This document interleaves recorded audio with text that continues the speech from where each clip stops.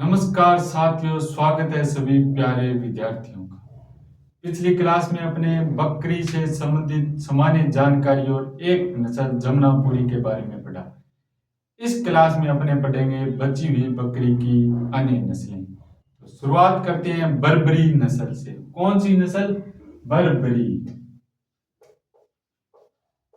बर्बरी नस्ल। बर्बरी नस्ल की बात करते हैं तो इसका मूल स्थान या उद्गम स्थान कौन सा है? इसका मूल स्थान देखें तो पूर्वी अफ्रीका के सोमानिया क्षेत्र का बर्बरा क्षेत्र। सोमानिया का बर्बरा क्षेत्र पूर्वी अफ्रीका के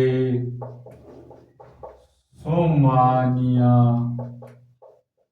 का बर्बरा क्षेत्र इसका मूल स्थान है। एक बार प्रश्न आया हुआ था, इसमें ये नहीं दिया हुआ था, उसमें दिया हुआ था यूपी का एटा जिला। तो इसका मूल स्थान यूपी का, उत्तर प्रदेश का यूपी का एटा जिला भी है।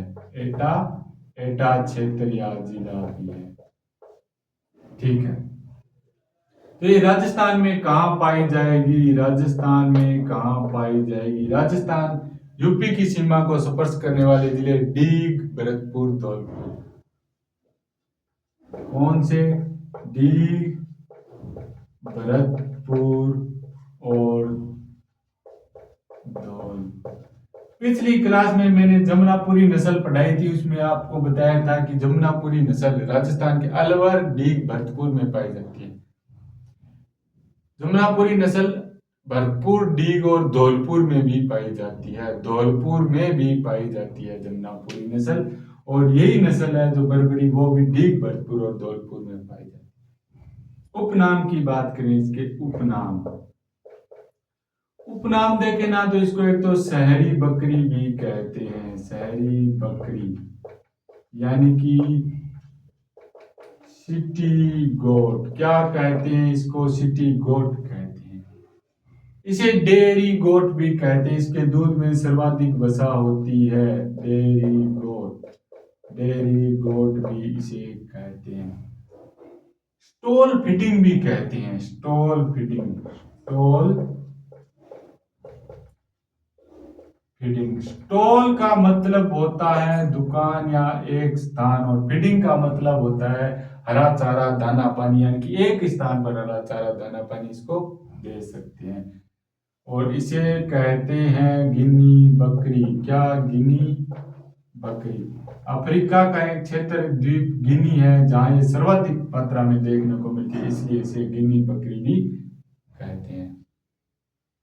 विशेषताओं की बात करें, शहरी बकरी शहर अति उपयुक्त है। डेयरी गोट सर्वाधिक वसा इसके दूध में पाई जाती है। अपने जमुनापुरी में देखा सभी विशेषताएं थी, लेकिन उसमें सर्वाधिक वसा नहीं थी।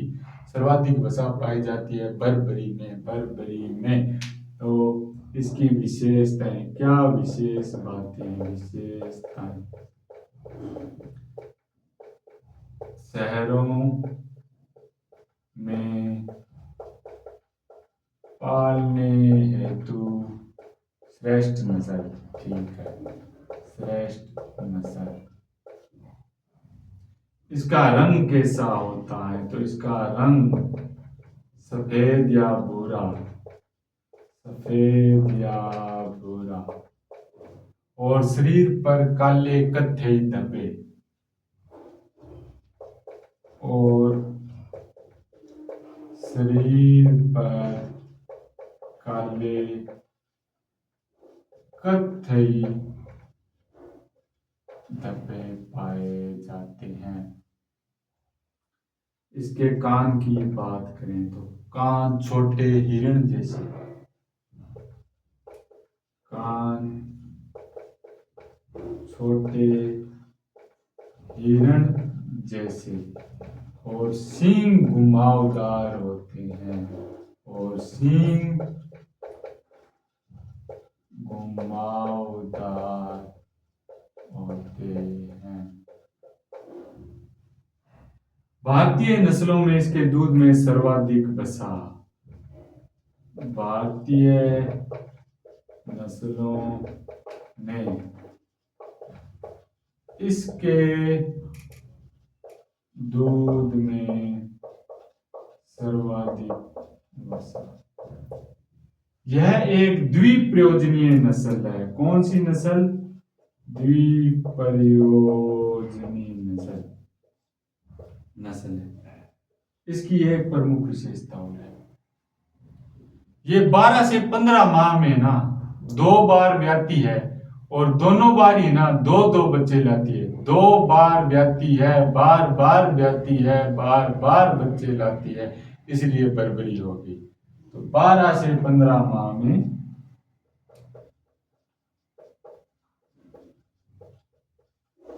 2 बार ब्याती है और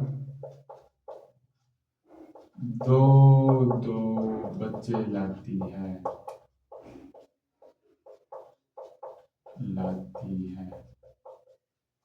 ये होगी इसकी प्रमुख विशेषताएं। इसका दूध उत्पादन, वसा सर्वाधिक है तो दूध तो उत्पादन कम होगा।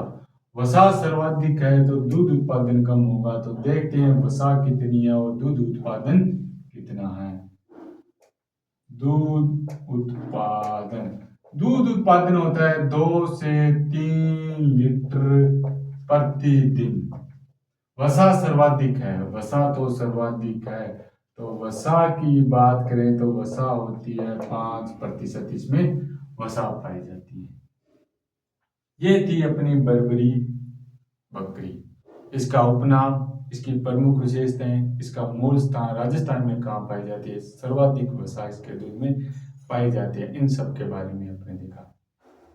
अब अपने देखेंगे बकरी की अगली नस्ल जो अपने सिलेबस में है, वो है बीटल। बीटल के बारे में अपने देखेंगे। बीटल का उद्गम स्थल कौन सा है? तो बीटल के उद्गम स्थल की अपने अगर बात करें तो उसका उद्गम स्थल है पंजाब का फिरोजपुर जिला। आपको भैंस की नस्लें करवाई थी। भैंस की नस्ल में पंजाब का उद्गम क्षेत्र कौन सी नस्ल का था? कमेंट बॉक्स में आप जरूर बताएं कि भैंस की नस्लों में पंजाब मूल उद्गम स्थल कौन सी नस्ल का था। बकरी की नस्लों में आज दूसरी नस्ल और वैसे अपने सिलेबस के अनुसार तीसरी नस्ल पढ़ते हैं बीटल।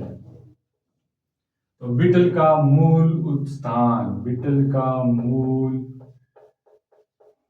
स्थान पंजाब का फिरोजपुर क्षेत्रीय जिला, पंजाब का फिरोजपुर क्षेत्रीय जिला है। तो राजस्थान में कहाँ पाई जाएगी? राजस्थान की सीमा को स्पर्श करने वाले जिले हैं गंगानगर और हनुमानगढ़। तो राजस्थान में कहाँ पाई जाएगी? गंगानगर और हनुमानगढ़। श्री गंगानगर और हनुमानगढ़। ठीक। अब देखते हैं बीटल की प्रमुख विशेषताएं, इसमें क्या विशेष बातें हैं। तो इसका एक नाक होता है ना, वो रोमन होता है। इसका नाक रोमन होता है, नाक रोमन होता है। शरीर काले रंग का और कत्थई धब्बे होते हैं। दूसरी विशेषता, ये नाक रोमन कौन सी नस्ल का और भी होता है, वो कौन सी नस्ल है? शरीर काले रंग का होता है और कत्थई धब्बे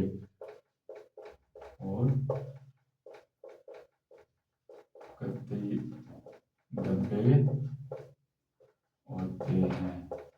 ठीक है, देखो नाक रोमन होता है जमुनापुरी का, शरीर काले रंग का और कत्थई रंग का, ये भी जमुनापुरी से मिलती है। तो ये नस्ल जमुनापुरी नस्ल से मिलती जुलती नस्ल है। इसकी एक विशेषता ये भी है। और एक विशेषता अपने बात करें तो इसके बकरों यानी नर में नर में दाढ़ी भी पाई जाती है, दाढ़ी भी पाई इसके नर बकरों में दाढ़ी भी पाई जाती है। ये जमुनापुरी नस्ल से मिलती जुलती नस्ल है। ये थी इसकी प्रमुख विशेषताएं। दुग्ध उत्पादन देखते हैं। इसका दूध उत्पादन की अगर अपने इसमें बात करें तो 1 लीटर 800 ग्राम से 2 लीटर प्रतिदिन। वसा की अपने बात करें, इसमें वसा कितनी पाई जाती है तो वो वसा पाई जाती है 4 से 5%। इसमें वसा पाई जाती है। ये थी बीटल की प्रमुख विशेषताएं। जमुनापुरी नस्ल से मिलती जुलती नस्ल बीटल है, ये एक विशेषता है इसकी। नर बकरों में इसमें दाढ़ी भी पाई जाती है। दूध उत्पादन 1.8 से 2 लीटर तक होता है। उत्पत्ति स्थान पंजाब का फिरोजपुर क्षेत्र, राजस्थान के गंगानगर और हनुमानगढ़ में पाई जाती है। ये थी बीटल। अब अपने बात करेंगे एक अपने सिलेबस में जो विदेशी नस्ल दी हुई है उसके बारे में, और वो विदेशी नस्ल है टोगनबर्ग, उसके बारे में पढ़ेंगे। तो टोगनबर्ग का मूल उत्पत्ति स्थान कौन सा है? तो टोगनबर्ग का मूल उत्पत्ति स्थान है स्विट्जरलैंड। अपने सिलेबस में सिर्फ 4 प्रकार की बकरी की नस्लें दी हुई है, लेकिन सिलेबस में से आउट ऑफ सिलेबस भी पर्सन देखने को मिलता है। अपने सिलेबस में एक दी हुई है टोगनबर्ग नस्ल, जो विदेशी नस्ल पर्सन आया था। कौन सी भारतीय नस्ल नहीं है, एग्रीकल्चर सुपरवाइजर में पर्सन आया हुआ है, तो ये थी। तो मूल स्थान की बात करें तो वो है स्विट्जरलैंड। मूल स्थान कौन सा है? वो है स्विट्जरलैंड। उपनाम क्या है? उपनाम देखते हैं। तो इसका उपनाम है मिल्क चैंपियन, यानी कि ये सर्वाधिक दूध देती है, इसलिए इसका उपनाम है मिल्क चैंपियन। ठीक है, विशेषताएं देखते हैं इसमें क्या है, क्या विशेष बात है, ताकि हमें को ये पढ़ने को पड़ रही है, इसमें कौन सी ऐसी विशेष बात है जिससे हमें को इसको पढ़ना पड़ता है। तो इसके कानों से थतुन तक एक सफेद पट्टी पाई जाती है। थतुन यानी कि होठ और नाक तक। एक विशेषता है इसके कानों से थतुन तक सफेद पट्टी पाई, सफेद या हल्के भूरे रंग की पट्टी पाई जाती है। सफेद या हल्के भूरे रंग की पट्टी पाई जाती है। ठीक है, दूसरी विशेषता, इस नस्ल के ना सींग नहीं होते, तो सींग रहित नस्ल है। सींग रहित नस्ल। ठीक, इस नस्ल के जो घुटनों से नीचे के पैर होते हैं ना, वो सफेद होते हैं। घुटनों से नीचे के पैर सफेद,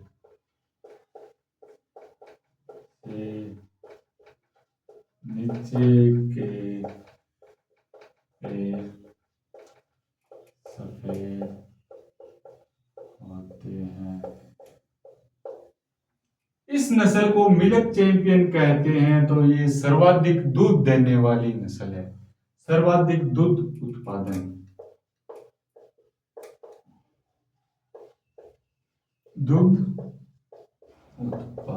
नस्ल। ठीक है, सर्वाधिक दूध देगी तो सर्वाधिक दुग्ध का लंबा, सबसे लंबा दूध काल किसका होगा?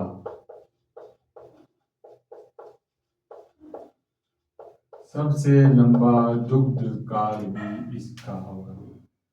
सर्वाधिक दूध देगी तो दूध में वसा है जो कम, सबसे कम वसा, दूध में सबसे कम वसा किसकी है? इसकी। दूध में सबसे कम वसा प्रतिशत भी इसमें है। एक बात और है, यह नस्ल है ना, यह नस्ल लगातार 2 सालों तक दूध दे सकती है, लगातार 2 सालों तक दूध देती है। ये भी इसकी प्रमुख विशेषता है। यह नस्ल लगातार 2 साल तक दूध दे सकती है। ये थी इसकी प्रमुख विशेषताएं। कानों से थथुन तक सफेद या हल्के भूरे रंग की एक पट्टी पाई जाती है। सर्वाधिक दूध देती है, सबसे लंबा दुग्ध काल, लेकिन दूध में जो वसा प्रतिशत है वो सबसे कम पाया जाता है। यह बकरी की नस्ल लगातार 2 सालों तक दूध दे सकती है। तो दूध उत्पादन, सर्वाधिक दूध देती है तो दूध उत्पादन कितना होगा? दूध उत्पादन की अपने बात करें तो ये दूध देती है दिन में 5 से 6 लीटर प्रतिदिन। कितना दूध देती है? 5 से 6 लीटर प्रतिदिन। और वसा की मात्रा कम होगी तो 3 से 4% वसा इसमें, 3 से 4% वसा देखने को मिलती है। टोगनबर्ग नस्ल भी अपनी थी, उसकी प्रमुख विशेषता है और दूध उत्पादन वसा प्रतिशत पूरी हो चुकी है। एग्रीकल्चर सुपरवाइजर में अपने 4 प्रमुख नस्लें थी बकरी की और चारों के बारे में अपने पढ़ा। आज की क्लास में इतना ही। क्लास कैसी लगी? अगर अच्छी लगी हो तो चैनल को सब्सक्राइब और वीडियो को लाइक जरूर करना। आगे की क्लास में अपने पढ़ेंगे आगे क्लास में पढ़ेंगे अपने भेड़ और भेड़ से संबंधित प्रमुख नस्लों के बारे में। धन्यवाद।